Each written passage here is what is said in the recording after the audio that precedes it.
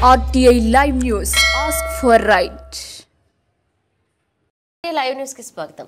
దేశంలోని ప్రముఖ పుణ్యక్షేత్రాల్లో ఒకటైన పూరి జగన్నాథ ఆలయంలో రహస్య గది రత్న కాండాగారం తెరుచుకుంది. ఒడిశా ప్రభుత్వం నేడు ఈ రహస్య గదిని తెరిచింది. ఈ మేరకు రాష్ట్ర సీఎస్ఓ ప్రకటనలో తెలిపారు. జస్టిస్ విశ్వనాథ్ రథ్ నేతృత్వంలోని 16 మంది సభ్యులు కమిటీ రత్న కాండాగారంలోని సంపదను లెక్కించనుంది.